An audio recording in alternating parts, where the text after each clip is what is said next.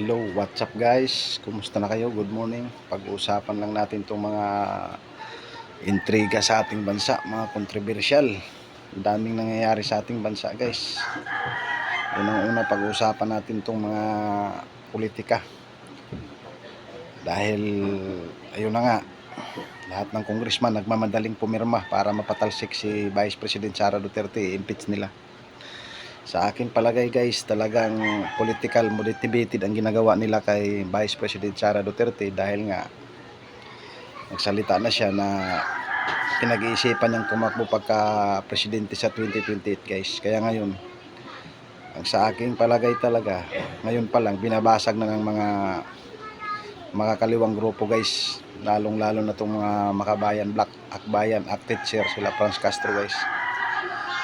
Tsaka yung iba guys, napipilitan lang talaga pumirma dahil mag-i-eleksyon, kailangan nila ng pera. Hindi ako maniwala na walang suhulan na nangyari dyan sa Kongreso. Talagang pera-pera ang pinag-usapan dyan. Dahil si Johnny Pimentel ng Surigao del Sur, nagpahayag siya kung bakit siya pumirma, nagpaliwanag siya. Kasi pag hindi daw sila pumirma guys, wala silang budget sa probinsya nila. Kaya napuwersa talaga siyang pumirma. Yun ang pahayag ni Johnny Pimentel ng Surigao del Sur 1st District guys, congressman. Sa amin naman, sa probinsya namin, nagpaliwanag din si Congressman Bingo Matugas na kaya siya pumirma daw dahil para malaman na may pagtanggol daw ang sarili ni Vice President Sara Duterte kung totoo mga akusasyon sa kanya na korupsyon sa confidential fund. Lagi lamang nilang pinupost yung confidential funds guys eh. Sa akin, unfair naman yung ginagawa nila sa Vice Presidente guys. Dapat kung mag-imbestiga sila, hindi isang tao lang. Lahat ng nasa gobyerno, simula sa taas hanggang sa baba, imbestigahan dahil alam kong may intelligence funds lahat yan. Hindi yung isang tao lang ang imbestigahan nila. Dahil halatado eh. Talagang binabasag nila, sinisira nilang reputasyon ni VP Sara Duterte dahil alam nila pagdating ng 2028, yun ang pinakamalakas na kalaban nila. At saka yung iba rin, sabi ng iba, itong si Congressman Speaker Romualdez talaga may pakana nito dahil yun ang umuugong na tatakbong presidente. Yun ang mahigpit na karibal ni VP Sara kung sakaling darating ang 2028. Kaya sa ngayon pa lang, bigay ayuda na sila dahil bigay na ng ayuda si Romualdez para pagdating ng time, babago yung pangalan niya, si Sara. Pero kahit anong gawin nila, hindi talaga babagsak si Sara dahil napakalakas talaga. Tsaka para sa akin din opinion, hindi si Sara mangulimbat ng pera dahil alam kong mayaman na yung mga yan. Hindi katulad ng ibang congressman na kahit mayroon na, kulimbat pa rin ang kulimbat, hindi kontento. Kaya walang mangyayari sa bansang ito guys dahil kung mga politiko na paulit-ulit din magnanakaw yan ng kaban ng bayan. Kaya walang mangyayari, dapat palitan na talaga ng mga bagong muka ang ating mga politiko dito sa Pilipinas. Dahil kung paulit-ulit na lang, pagkatapos ng asawa na naman, pagkatapos ng asawa, pinsan na naman, paulit-ulit na lang, political dynasty. Okay lang sana kung lahat ng mga ginagawa nila para sa taong bayan. Yung iba, tumatakbo, ginagawang palapigasan yung politika. Katulad dito sa amin, pagkatapos ng asawa, yung asawa na naman. Okay sana kung may nagawa silang city ordinance dito sa amin sa lugar namin na para sa taong bayan. Wala eh. Puro salok lang ng salok eh. Wala man lang ikabubuti sa mamamayan. Kaya yun ang mahirap sa mga politiko. Hindi ako naniniwala na serbisyo ang motibo dyan. Kaya yung iba talaga pumapasok sa politika dahil hinahabol nila power. Hindi na kailangan nila yung ano pa, dahil may mga pera na yung mga yan. Kumbaga tumatakbo lang yung mga yan dahil sa proteksyon nila ng sarili nilang negosyo, pera. Kaya ang kawawa talaga yung kaming mga maliliit na mamamayan dito sa Pilipinas. Dapat talaga tanggalin na yung mga lumang politiko dahil nakakaumay na. Paulit-ulit na lang nila gagawin yan. Kaya lagi ang matatamaan yung mga maliliit na mamamayan katulad namin. Isa na gumawa na ng batas na para sa mamamayan. Hindi yung Katulad yung nangyari sa mga quadcom na yan. Puro hearing. Kala mo mga quiz, mga abogado. Yung iba dyan, hindi naman abogado. Panay hearing. Hindi naman nila gawain mag-hearing. Pwede sila mag-hearing yung mga importanteng bagay, hindi yung panay hearing ng quadcom na yan. Ayaw na lang nila gumawa ng batas na para talaga sa taong bayan, serbisyo publiko. Kaya minsan nawawalan ako ng tiwala sa mga politika na yan. Gagamitin lang mga maliliit para sa sarili nilang interes, hindi para talaga sa serbisyo sa bayan. Kaya walang mangyayari. Yung iba naman natin mga kababayan nagpapaniwala rin sa mga sinasabi ng ibang congressman. Hindi talaga yan serbisyo publiko, dahil yung iba karamihan pera lang ng taong bayan ang inahabol yung mga yan, dahil ang daming mga kickback dyan, mga tungpats yan. Kaya ang daming nangyayari sa ating bayan. Isa ang nakakasira sa ating bayan talaga itong korupsyon. Dapat talaga magkaroon na tayo ng death penalty, firing squad kaagad. Lahat ng mga politiko, simula sa maliit, pag napatunayan na nangurap, bitay kaagad, firing squad sa lunita para madala. Kaya yun sana ang ipasa nilang batas. Ayaw naman nila ng ganun din, dahil baka sila masagasaan dahil nga gawain nila yung mangurap. Kaya wala talagang mangyayari sa bansang ito, dahil hindi nila susuportahan pag may taong nagpasa ng batas na pag nalaman na nangurap ka, plunder ang kaso mo, firing squad ka. Kaya ayaw nila nung ganung batas, kasi nga mismo sila gumagawa ng batas, ayaw nilang masagasaan, baka bumalik sa kanila yung batas na yun kung sakaling may pasaman sa Kongreso o Senado. Kasi nga lahat ng mga politiko gawain nila mangurap kaya nga tumatakbo sila sa pagka politiko, dahil mabilis silang yumaman, mangurap lang sila.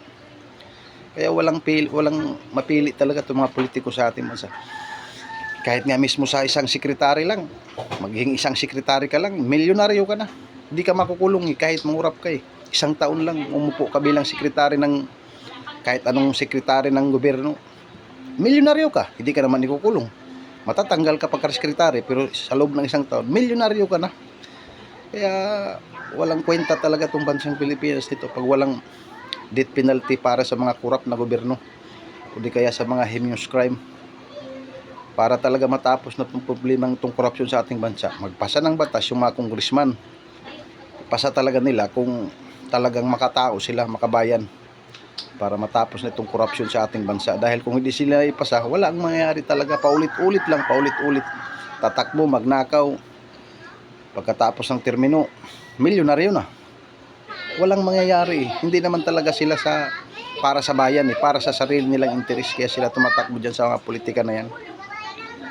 Kaya hindi ako naniniwala na hindi mabago itong Pilipinas. Try nyo mga congressman magpasa kayo ng batas na yung death penalty, plunder. Iwan ko lang kung hindi kayo madadali dyan.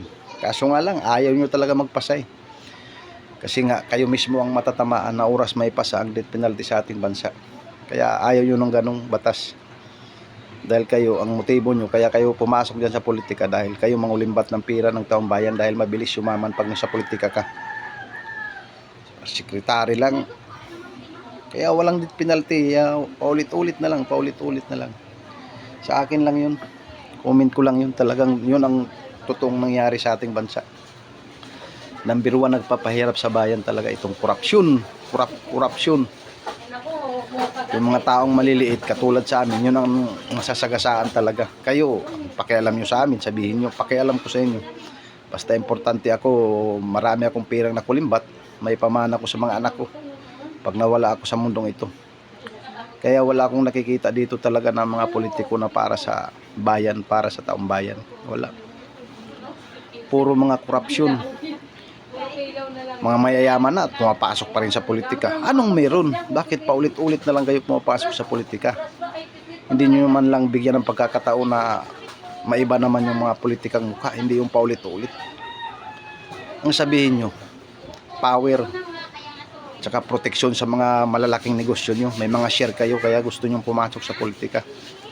Yun ang dahilan, kaya wag nyo kaming sabihin na para sa bayan yung pagtakbo nyo, para sa taong bayan. para sa kaunlad, para sa serbisyo. Kaya hindi ako naniniwala sa mga ganong salita ng mga politiko na yan. So yun guys, ang aking saloobin, sinasabi ko lang talaga. Walang mangyayari sa bansang ito dahil kung mga politiko na paulit-ulit, kurap dito, kurap doon, wala namang nakukulong. Walang nasasampahan ng kaso dahil nga tayo, wala tayong death penalty. Plunder, ikaw ilagay ka lang na isang sekretary, magnakaw ka lang ng 1 milyon, tanggalin ka man ng presidente, milyonaryo ka na, hindi ka na makukulong. Kaya ganun nangyayari talaga. So shout out sa inyong lahat sa suporta dito sa YouTube channel natin na Mr. Bin TV. Comment down below guys kung anong opinion nyo dito sa sinasabi ko, dahil ang totoo talaga yun ang karamihang nangyayari sa ating bansa dahil sa korupsyon talaga na paulit-ulit.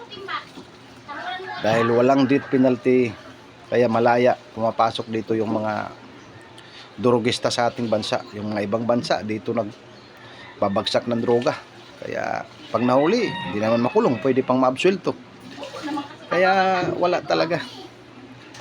Kaya kailangan talaga magkaroon tayo ng batas, ibalik yung death penalty para sa mga plunderer, mga magnanakaw ng kaban ng bayan, mga drug lords, tsaka yung mga heinous crime. Talagang dapat na ibalik yan para pag may nasampulan, may matakot kaagad ng mga drogista dito sa ating bansa. Tsaka yung mga magnanakaw ng mga politiko, pag may nasampulan na firing squad sa Lunita, hihinto yung mga yan dahil matakot na magkulimbat yan pag nagkaroon na tayo ng death penalty sa ating bansa. Kaso nga lang, hindi nila susuportahan yan pag may nag-endorse yan sa Kongreso. Hindi nila papansinin yan pag may nagpasa ng batas na ganyan, dahil nga mismo sila natatakot sila na mismo yung batas na yan pag naipasa sa Kongreso, babalik sa kanila. Kaya wala talagang mangyayari sa ating bansa kung ganun. Kaya sana yung mga politiko na mga bagong muka, yun ang iboto natin ngayon darating na Mayo, hindi yung paulit-ulit na lang yung mga muka. Wala namang nagawa sa Pilipinas, walang nagawa sa bayan, puro lang kulimbat dito, kulimbat doon. So hanggang dito na lang guys yung update natin sa mga nangyayari sa ating bansa, dahil puro talaga mga politika. Tinitira ngayon nila si Vice President Sara Duterte, confidential fund ginastos ng 10 araw lang yung 130 million. Kung ganun ang nangyayari sa Kongreso, dapat imbestigahan nila lahat ng departamento ng gobyerno, hindi yung Vice Presidente lang. Halatado political motivative yung ginagawa talaga. Kaya hindi ako naniniwala na sabihin nagnakaw yan si Vice President Sara Duterte. Politika ang dahilan kaya tinitira siya ngayon ng Marcos administration. Ako, inaamin ko, binuto ko sila noon, pero ngayon nagsisisi ako dahil binuto ko si Marcos. Hindi ko naman sana iboto yan kung hindi dahil kay Inday Sara Duterte. Yun ang katotohanan dyan. Hindi ko talaga iboto yung Marcos na yan.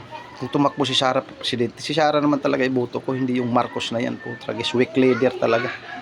Kaya totoo talagang sinabi ni PRRD, nagkamali talaga tayo. Kaya ngayon darating na halalan, kung sinong i-endorse ni PRRD, yun ang suportahan natin. Dahil nagkamali na tayo sa sinabi ni PRRD noon na wag natin iboto kasi nga bangag daw yung presidente natin, weak leader.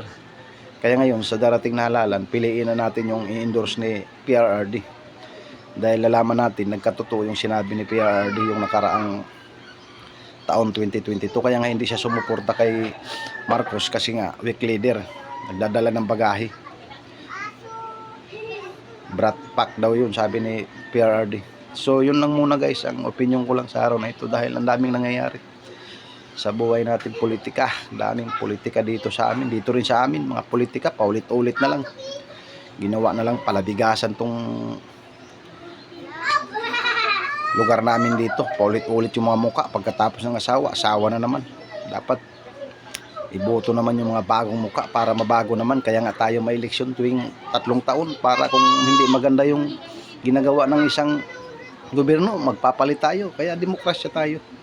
So hanggang dito na lang. Maraming salamat sa inyo. Huwag niyong kalimutan mag-subscribe, mag-like, mag-hit ang notification bell para lagi kayong updated sa mga balita na mga bagay-bagay na katulad nito. So hanggang dito na lang guys. Comment kayo kung anong masasabi nyo sa komento ko para sa sarili ko, suggestion ko. Bye bye!